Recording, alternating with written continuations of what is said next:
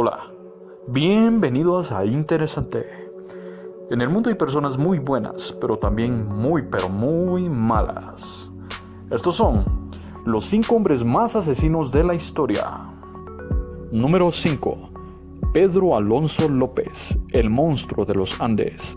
Pedro Alonso López nació en el municipio de Espinal, Tolima, y a los 6 meses su madre se mudó a Santa Isabel en el departamento de Tolima en 1948, en la época conocida como la violencia. Periodo de guerra civil no declarada que provocó cerca de 200.000 muertes. Era el 7º hijo de un total de 13 hermanos, hijo de una prostituta, Benilda López de Castañeda, y tuvo una infancia infeliz por la violencia del ambiente, el excesivo control de su madre y la ausencia de la figura paterna. Su padre, MacArthur Reyes, fue asesinado 6 meses antes de su nacimiento. Vivían en una única habitación con cortinas como separación, por lo que él y sus hermanos oían las interacciones de su madre con los clientes. En 1957, con 9 años de edad, fue sorprendido por su madre intentando mantener relaciones sexuales con su hermana menor y fue desterrado de la casa. Vagabundeó en estado de indigencia como habitante de las calles en Bogotá y fue abusado sexualmente. A la edad de 12 años fue adoptado por una familia estadounidense, pero una nueva agresión sexual por parte de un profesor le hizo huir de nuevo y volver a las calles. En 1969, con 21 años de edad, fue encerrado por hurto y en prisión fue abusado por 3 presos. Decidió no volver a ser una víctima y los asesinó días después. Como fue declarada defensa propia, solo le añadieron 2 años de condena. Tras su captura en 1980, confesó el asesinato de más de 300 niñas y jóvenes en Colombia, Ecuador y Perú. No se puede establecer con certeza el número de asesinatos, ya que buena parte de los cuerpos no aparecieron, y los actos violentos se llevaron a cabo en regiones aisladas, motivo por el cual no se cuenta con cifras fiables. Sin embargo, en su confesión a los investigadores reconoció haber asesinado a por lo menos 110 muchachas en Ecuador, 100 en Colombia y muchas más de 100 en Perú, y ayudó a ubicar un campo en Ambato, Ecuador, donde se hallaron 53 cuerpos y 4 más en otros lugares, aunque en otros puntos señalados por él mismo no se hallaron restos humanos. Si se da crédito a su versión, Pedro Alonso López es el asesino en serie que más asesinatos ha cometido. Estuvo preso en Ecuador hasta 1994 y fue entregado a las autoridades colombianas por pedido de extradición, donde fue recluido en un hospital psiquiátrico. Años después, en 1998, es declarado sano y dejado en libertad. Una vez más, la gran justicia en Latinoamérica. Según un documental del canal VIO de la cadena A&E, se ha llegado a emitir un pedido de búsqueda, localización y captura a la Interpol desde el año 2002, pero hasta hoy se desconoce su paradero. Sus víctimas confirmadas son de 110, pero sus víctimas estimadas son más de 300. Sus motivos de asesinato eran por depredación sexual, pedofilia y necrofilia. Número 4. Luis Alfredo Garavito, la bestia. Luis Alfredo Garavito Cabillos nació en Génova, Quindío, el 25 de enero de 1957. Es un pederasta, asesino en serie de niños y agresor sexual conocido como la bestia, la piruja, el monje o el monstruo de Génova, entre otros apodos. Es probablemente el mayor asesino serial y agresor de niños de la humanidad. Según los informes de la Fiscalía General de Colombia, Garavito asesinó a 172 menores de edad.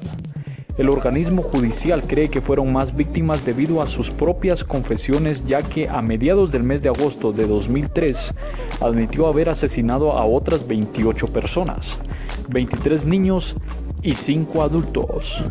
Entre estos últimos se encuentra un limpiabotas. Con esto, la cifra de crímenes sería de 200 personas. Sin embargo, se cree que Garavito pudo asesinar a más de 300 personas, entre niños y adultos. Además de cometer asesinatos en Colombia, admitió haberlo hecho en el exterior, más específicamente en Ecuador y Venezuela. Según la Fiscalía General de la Nación, organismos judiciales y la prensa especializada, Garavito es el segundo homicida en serie del mundo. En 2001 fue sentenciado a 1.853 años y 9 días. Interesante. Esta es la condena más alta de la que se tenga registro en Colombia, aunque posteriormente fue conmutada a 40 años por su colaboración y buen comportamiento. La gran justicia que hay en Latinoamérica, ¿no? Número 3. Gilles de Reyes. Gilles de Laval nació en Cuna de Oro en 1404. Quedó huérfano a la edad de 11 años y fue criado por un abuelo violento. El nombre con el que se le recuerda en el papel de villano es Gilles de Reyes, pues tras la muerte de su abuelo se convirtió en barón de Reyes y heredó 2 inmensas fortunas que lo hicieron más rico que el rey Carlos VII. Las descripciones de sus actos son espantosas. De acuerdo a los rumores, cada vez que el barón Reyes visitaba alguna de sus propiedades, niños del área desaparecían. Se dijo que Gilles de Reyes empleaba a una mujer que persuadía a menores a que fueran a sus suntuosos castillos. Lo que pasaba tras las puertas aparece en las minutas del juicio, en las confesiones de uno de sus sirvientes. A veces les cortaba la cabeza, otras solo la garganta, y en otras ocasiones les rompía el cuello a golpes, después de que las venas estaban cortadas para que languidecieran mientras su sangre se derramaba. Gilles a veces se sentaba en las barrigas de los niños y sentía placer. Inclinándose sobre ellos, los veía morir. Otros testigos cuentan cómo abría los cuerpos de niños y tenía relaciones sexuales con ellos mientras sus cadáveres todavía estaban calientes. También lo acusaban de hacer cosas inmencionables con el diablo. Los historiadores subrayan que los sirvientes fueron torturados y que Gilles fue sentenciado también a ser torturado. Lo llevaron a la cámara de tortura y lo amarraron. Sabiendo que era imposible resistir el dolor, prefirió hablar antes que después de la tortura. Gilles de Reyes le habló abierta y voluntariamente a todos los presentes y confesó que debido al ardor y placer al satisfacer sus deseos carnales había tomado a un gran número de niños. A veces los había sometido a varios tipos de tortura. Cometió el vicio sodómico con ellos cuando estaban agonizando y sentía placer besando niños que ya estaban muertos, juzgando cuál de ellos tenía la cabeza más bella. Después hacía que sus sirvientes tomaran los cuerpos, los quemaran y los redujeran a cenizas. Estas no son de lejos las confesiones más repugnantes o macabras de Gilles de Reyes o sus sirvientes, pero dan una idea de cuán espantosas eran los crímenes de los que se hablaba. Sus asesinatos confirmados son de 140 víctimas, pero se sospecha que fueron más de 340 víctimas. Sus motivos fueron depredador sexual, pedófilo, sádico, rituales. Vaya que fue un tipo horroroso. Número 2. Harold Frederick Chipman. Harold Frederick Chipman nació el 14 de junio de 1946 en Nottingham, Inglaterra. Él y sus 2 hermanos fueron criados por su madre, Vera, quien siempre tuvo una sobreprotección hacia Fred. Fue este el motivo que fomentó en el joven un sentimiento de superioridad y una actitud de arrogancia y orgullo. A los 17 años sufrió una pérdida irreparable por la muerte de su madre, quien murió de cáncer. Durante ese periodo, él vivió el fascinante poder de la morfina para poder paliar el dolor en el cuerpo frágil y deteriorado de su madre. Según expertos, esto fue decisivo para su posterior historial criminal. Marcado por la muerte de su madre, decidió estudiar medicina, donde conoció a su esposa con la que tuvo su primer hijo. Muchos de sus compañeros recuerdan que era un fascinado por las drogas y los fármacos. Tras un periodo de consumo de drogas y de rehabilitación, se mudó a una pequeña ciudad cercana a Manchester, donde recibió una gran fama en su consultorio. Al no tener ningún tipo de supervisión, se abría una vía más fácil para satisfacer sus secretos deseos de matar, ocultos tras su máscara de benévolo médico de familia.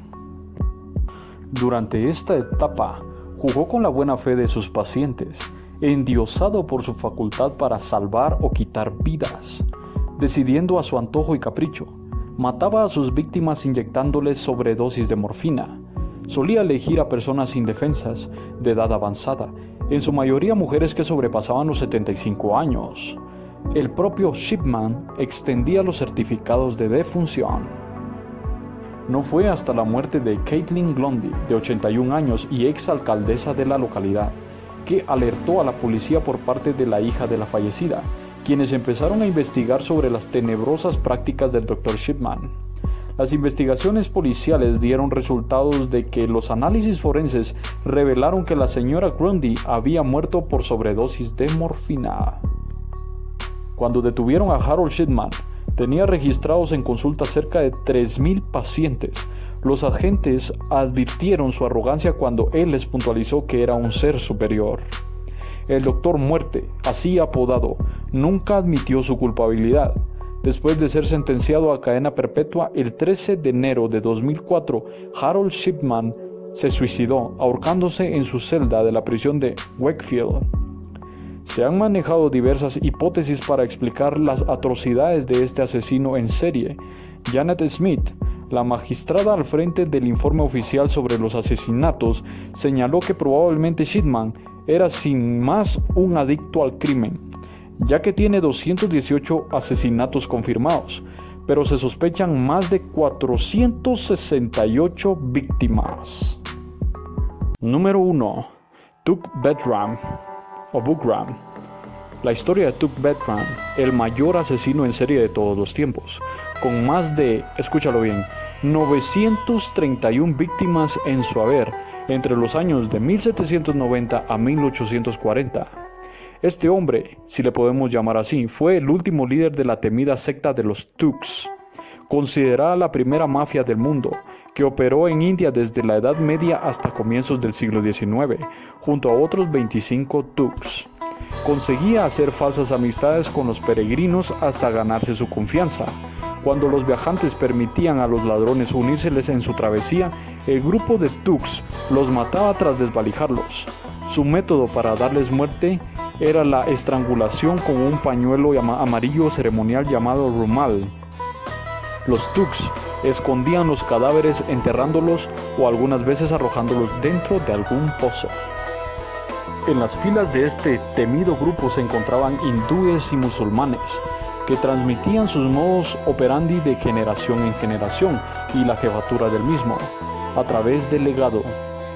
De hecho, el asesinato premeditado para beneficiarse fue un deber religioso para ellos y se le consideraba una sagrada y honorable profesión, en la cual la moral no entraba en juego. Interesante, ¿no crees? O podríamos llamarlo macabro. Según el libro Guinness de los Récords, el culto Thuggee fue responsable de aproximadamente 2 millones de muertes. ¡Santa Madre de Dios! Vaya cifra, ¿no crees? El último de sus líderes, Tuck Bedram, se encargó de cerca de 1,000, pero terminó traicionando a su propio grupo y confesando todos sus crímenes y la de su banda a las autoridades británicas. Nunca fue juzgado y a pesar de su cooperación, terminó en la horca. Sus víctimas confirmadas son 931, pero sus víctimas sospechadas son de 1837 y podrían ser mucho más. Sus motivaciones eran asesinatos rituales, necrófilo, pederasta en potencia, depredador sexual, vampiro y canibalismo. Espero te haya gustado el video. Recuerda chequear nuestros otros videos. Si quieres nuevos temas interesantes, coméntanos. No olvides darle like, compartir y suscribirte. Hasta la próxima. Bye bye.